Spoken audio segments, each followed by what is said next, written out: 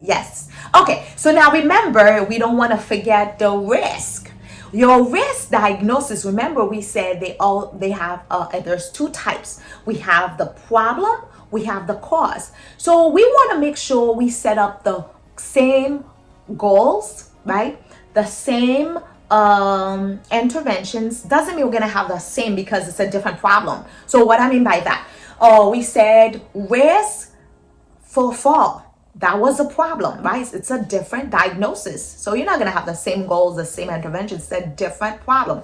So we want to create a separate care plan. Each care plan has their own, like the whole setup, the whole ADPIE, right? So then we say for risk diagnosis, so we said risk for fall related to hip fracture, right? So we have no evidences because patient has not yet fallen, right? It has not occurred.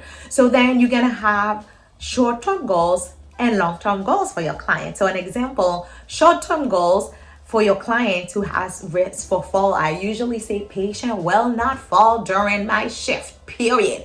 I don't want to fill out any incident report, y'all. I don't want my patients to fall. So short-term goals, patient will not fall during my shift, period.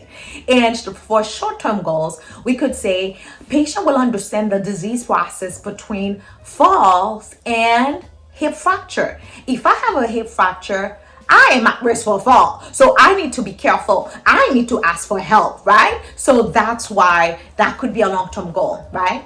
And now we're also going to go to intervention. So what are we going to do for that patient in order to prevent Mr. Johnson from falling? So we want to make sure, for example, we said patient will be reminded to ask for help, right?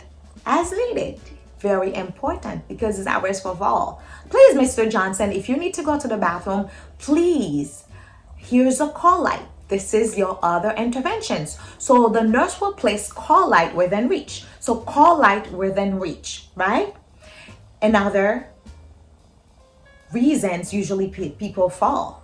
The bed is not locked or the bed is high. So we will want to make sure the bed is placed in a low position and the bed will also be locked, right? So all these things will prevent the patient from falling. What about the spill on the floor?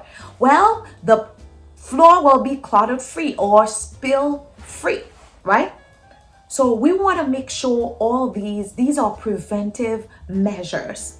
Or another intervention that can prevent Mr. Johnson from falling is to leave the night light on. Well, have a night light in the room. Make sure we have a light where maybe, let's say if he has to go to the bathroom at night or so, we want to make sure the light is on, right? Or how about another nursing intervention is to leave a floor mat on the floor since he's at risk for fall. So when he's fall, we don't want him to have a big fall. Not only the bed will be at a lowest position, but we want to make sure we place a mat on the floor so he won't have a severe injury, in case he was to fall. So you see, we are planning ahead. When we are intervening, we're like basically mothers. We are fathers. We want to make sure our house is free. The room is free. Not because we don't want to go and fill out all these incident report, but we want our patients to be safe, right? That is the goal. We want our patient to be happy during their stay. So that's how we intervene. And then we go back the last part like we did for actual nursing diagnosis. For risk diagnosis, we're going back to evaluate, right? It's a whole care plan. We have to evaluate.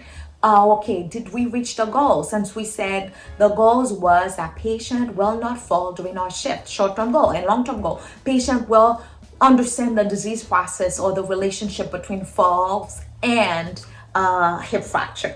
So in a nutshell, that is the ADPIE. That is the nursing process. So we hope you understand, and going forward, you will be able to do better on your exam. Thank you so much. Bye. See you next time.